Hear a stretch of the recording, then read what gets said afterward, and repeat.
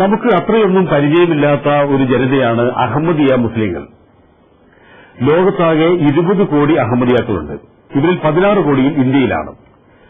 കേരളത്തിലാകട്ടെ 10,000-ലധികം അഹമ്മദിയ കുടുംബങ്ങൾ ഉണ്ടെന്നാണ് കണക്കാക്കുന്നത്. വിവിധ മുസ്ലിം വിഭാഗങ്ങളിൽ നിന്നും മാറി വന്നവരാണ് അഹമ്മദിയാക്കൾ. അതുകൊണ്ട് മുസ്ലിം സമുദായം ഇവരെ മുസ്ലിങ്ങളായി അംഗീകരിക്കുന്നില്ല.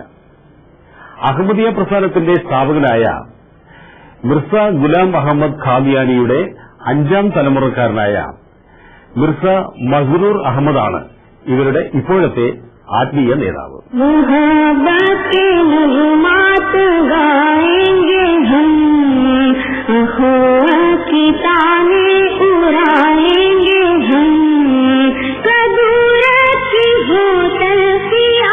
പത്തൊൻപതാം നൂറ്റാണ്ടിന്റെ അവസാനത്തിലാണ് അഹമ്മദിയ മുസ്ലിം സംഘടന നിലവിൽ വന്നത്.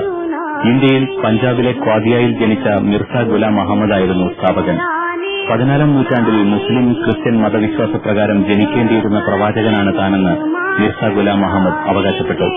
ഇസ്ലാം മതത്തിന്റെ പുനരുദ്ധാരണത്തിനായിരുന്നു അഹമ്മദിയ മുസ്ലിം ജമാഅത്ത് എന്ന സംഘടനയ്ക്ക് 1889-ൽ മിർസ ഗുലാം അഹമ്മദ് രൂപം നൽകിയത്.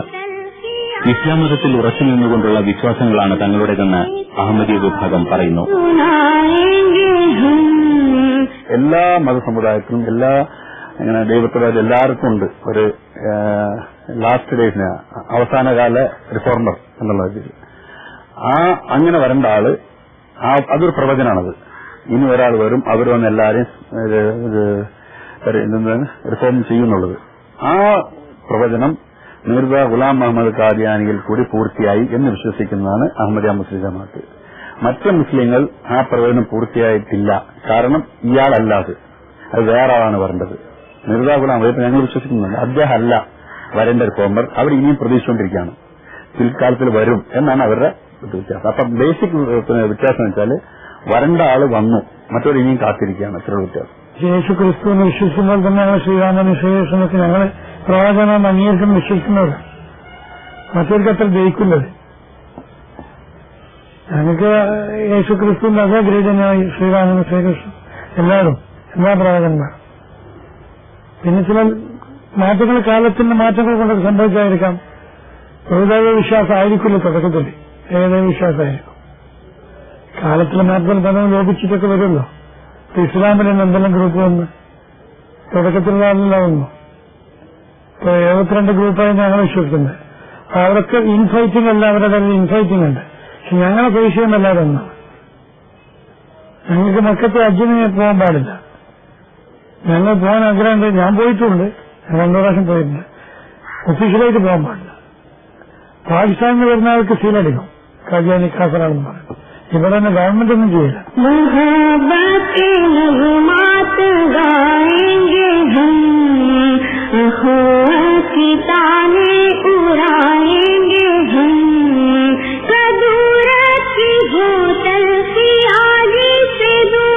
അഹമ്മദിയ ജമാഅത്തിക്ക് ഇന്ന് ലോകമെമ്പാടുമുള്ള 182 രാജ്യങ്ങളിൽ സാന്നിധ്യമുണ്ട്.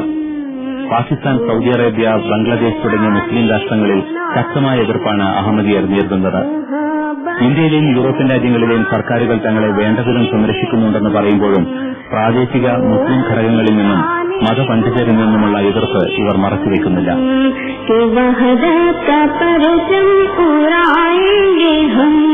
പക്ഷെ ആ ഒരു തിയറി എന്താണെന്നറിയുന്നത്, ഈ വിശ്വാസം ശരിയാണെന്നുള്ളത് കൊണ്ടാണല്ലോ നമ്മൾ എതിർക്കുന്നത്, അല്ലെങ്കിൽ എതിർക്കേണ്ട ആവശ്യമുണ്ട്. ഇപ്പൊ നോക്ക്, ഓരോ കാലഘട്ടത്തിലും പ്രോഫിറ്റ്സ് വന്നു. ഈ പ്രോഫിറ്റ്സിനെയായിരുന്നു എതിർത്തിരുന്നത്, അല്ലേ? സത്യമല്ലേ? പ്രോഫിറ്റ്സിന് എതിരായിട്ട് വരുന്ന ആൾക്കാർ ആരെങ്കിലും എതിർക്കാറുണ്ടോ? ഇല്ല. അപ്പൊ പ്രോഫിറ്റ്സിനെ വന്നു കഴിഞ്ഞാൽ അവരെയും അവരുടെ അനുയായികളെയും എതിർക്കുക, നശിപ്പിക്കാൻ ശ്രമിക്കുക എന്നുള്ളത് ലോകത്തിൽ നടന്നുകൊണ്ടിരിക്കുന്ന ഒരു പ്രതിഭാസമാണ്. അപ്പൊ അതിവിടെയും സംഭവിച്ചിരിക്കുന്നു. ഇപ്പൊ നമ്മൾ ഇത്രയും ശക്തമായിട്ട് എതിർക്കാൻ കാരണം ഇത് ശരിയായ പ്രോഫിറ്റിന്റെ അനുയായികളാണെന്ന് നമ്മൾ ഒന്നും കൂടെ വിശ്വസിപ്പിക്കുന്ന അവസ്ഥയാണ്.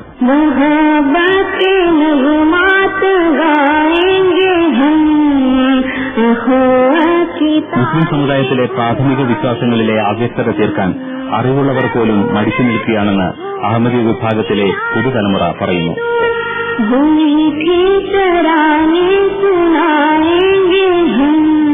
റിലീജിയസ് ഇത് ഭയങ്കര അധികമാണ്. ഇപ്പോഴും നമ്മള് മൗലവിമാരെയും പള്ളീന്റെ ഇതും നമ്മളെ വിശ്വാസങ്ങളും അതിൽ ഭയങ്കര ഒരു വില കൽപ്പിക്കുന്നുണ്ട്. അപ്പൊ ഇപ്പൊ എന്താ സംഭവിക്കാൻ പറയാം, വിദ്യാഭ്യാസം ഒരു വഴിക്ക് പോകുന്നു, അതൊരു വഴിക്ക് പോകുന്നു. നമ്മൾ അത് രണ്ടും ചോദ്യം ചെയ്യാൻ നിൽക്കുന്നില്ല. ഇപ്പൊ എന്താ പറയുക, ഇപ്പൊ നമ്മളെ പള്ളിയിലൊക്കെ നമുക്ക് ചോദ്യം ചെയ്യിക്കാനുള്ള സ്വാതന്ത്ര്യമുണ്ട്. ഇന്നൊരു കാര്യം പറഞ്ഞാൽ എനിക്ക് നാളെ നീ ഉസ്താദിനെ ചോദിക്കാതെ എന്തുകൊണ്ടാ പറഞ്ഞത്, അതിനെനിക്ക് തൃപ്തികരമായ ഒരു ഉത്തരം കിട്ടുന്നുണ്ട്. ബാക്കിയുള്ള സ്ഥലങ്ങളിൽ അതില്ല. കേരളത്തിലെ ഏറ്റവും പഴയ മാസികയായ സത്യദൂതനടക്കമുള്ള അഹമ്മദിയ പ്രസിദ്ധീകരണങ്ങൾ വായിച്ച് തങ്ങളുടെ പ്രസ്ഥാനത്തിൽ ആകൃഷ്ടരായ നിരവധി പേർ ഇന്ന് മുസ്ലിം സമുദായത്തിലുണ്ടെന്നും സമുദായ വിലക്ക് പേടിച്ച് അവർ മാറി നിൽക്കുകയാണെന്നും അഹമ്മദിയർ അവകാശപ്പെടുന്നു. അപ്പോൾ വളരെ യുക്തിഭദ്രമാണ്, അനിഷേധ്യമായിട്ടുള്ള വാദമുഖങ്ങളാണ് ഞങ്ങൾ മുമ്പോട്ട് വെക്കുന്നത്. സ്വാഭാവികമായിട്ടും അവര് ഇത്തരത്തിലുള്ള ഞങ്ങളോട് ഡയറക്റ്റ് അഭിമുഖമായിട്ടുള്ള ഒരു ഡിബേറ്റ് തന്നെ മറ്റുള്ള മുസ്ലിങ്ങൾ തയ്യാറാവുന്നില്ല. അതാണ് അവരുടെ വലിയൊരു വൈരുദ്ധ്യം. അന്ധവിശ്വാസങ്ങളുടെ നൂലാമാലകളിൽപ്പെട്ട് മുസ്ലിം സമുദായം ഉഴലുകയാണെന്ന കാര്യം അവർ ഇപ്പോഴും തിരിച്ചറിഞ്ഞിട്ടില്ലെന്ന് അഹമ്മദിയർ പറയുന്നു. ബഷീറിന്റെ ഒക്കെ കഥയിലൊക്കെ പറയുന്ന അന്ധവിശ്വാസങ്ങളൊക്കെ വെച്ച് പുലർത്തുന്നവരിപ്പോഴും ഉണ്ട്. എന്റെ ഒരു ഡിഗ്രിക്കൊക്കെ പഠിക്കുന്ന കുട്ടികളൊക്കെ തന്നെ മരിക്കാനാവുമ്പോ മറ്റേ സ്വർഗത്തിലെ മരത്തിന്റെ ഇല വീഴും, പേരെഴുതി ഇല വീഴും, അതൊക്കെ വിശ്വസിക്കുന്നവരിപ്പോഴും ഉണ്ട്. പിന്നെ വെള്ളിയാഴ്ചയാവുമ്പം ഒരു ഉപ്പിന്റെ മല ജിന്നെ മക്കിയിട്ട് അത് തീരാനാവും. അതൊക്കെ എനിക്ക് ഭയങ്കര അത്ഭുതം തോന്നിയൊരു കാര്യമാണ്. ഈ നൂറ്റാണ്ടിലും ഇന്റർനെറ്റും മനുഷ്യന് നിലാവിൽ നടന്നു സമയത്ത് ഇതൊക്കെ പറയുന്നവരുണ്ട്. ചെറുപ്പത്തിലേ ഉള്ളൊരു ട്രെയിനിങ്ങിന്റെതായിരിക്കാം. പിന്നെ ഒരു പേടി, ഞാൻ സംസാരിക്കാൻ പേടിയുള്ളവരുണ്ട് എന്നോട്. അവര് പറയും ചോദിക്കണ്ട. പിന്നെ ഒരു വിശ്വാസമുണ്ട്, അഹമ്മദിയാക്കളോട് സംസാരിച്ചാൽ വീണു പോവും. ഒരിക്കെന്തോ ജിന്നിന്റെ എന്തോ ഇതാണ് പരിപാടിയാണ്, പറഞ്ഞാൽ വീണു പെട്ടു പോകരുത്, അതുകൊണ്ടൊന്നും ചോദിക്കരുത്. അങ്ങനെ അത് വളരെയധികം ഉണ്ട്. ബുക്ക് വായിക്കാൻ പാടില്ല, നമ്മളെ ബുക്ക് വായിച്ചാൽ ഒരു ഇതായി പോവും. പിന്നെ ഞാൻ കോളേജിൽ പഠിക്കുമ്പോ എന്തായിരുന്നു, നമ്മളെ ആൾക്കാർ ബിരിയാണി എടുത്തിട്ട് ആളെ വലിയിലാക്കിയിട്ട് പള്ളിയിൽ ചേർക്കുന്നൊക്കെ അങ്ങനത്തെ. പിന്നെ വെള്ളം കലക്കി കൊടുക്കല്, പൊടിയിട്ട വെള്ളം കലക്കിയിട്ട് വരാൻ അഹമ്മദിയാക്കോ, അങ്ങനെയൊക്കെ ഒരുപാട് നമ്മളെ പറ്റിയിട്ടുള്ള അന്ധവിശ്വാസങ്ങള്. അപ്പൊ ഞാൻ ചോദിക്കാറുണ്ടായിരുന്നു, ബിരിയാണി തിന്നിട്ട് മാറുന്ന മതാണെങ്കിൽ അത് കോട്ടയം ചിരിക്കല്ലാണ്ട്. യഥാർത്ഥ മുസ്ലിം ചെയ്യേണ്ട എല്ലാ കാര്യങ്ങളും മുടങ്ങാതെ ചെയ്യുന്നത് തന്നെയാണ് തങ്ങളെ മുന്നോട്ട് നയിക്കുന്നതെന്ന് അഹമ്മദിയർ പറയുന്നു.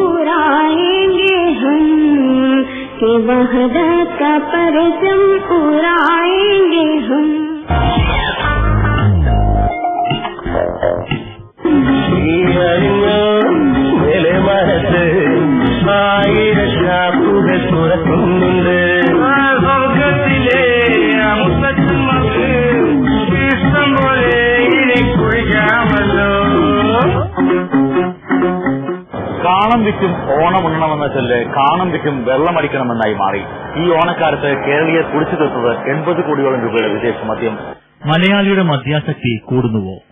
കാണുക അന്വേഷണം, ശനിയാഴ്ച രാത്രി 10 മണിക്ക്.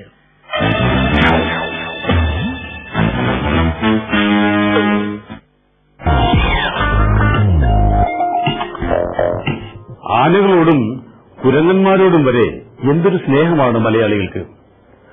വലിയ സദ്യ ഒരുക്കിയാണ് ഈ സ്നേഹത്തിന്റെ പ്രകടനം.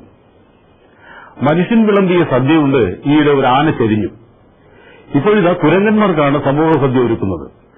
പക്ഷേ ഈ സദ്യ കൊണ്ട് കുരങ്ങന്മാർക്ക് എന്ത് സംഭവിച്ചു എന്ന് ആരും അന്വേഷിച്ചിട്ടില്ല.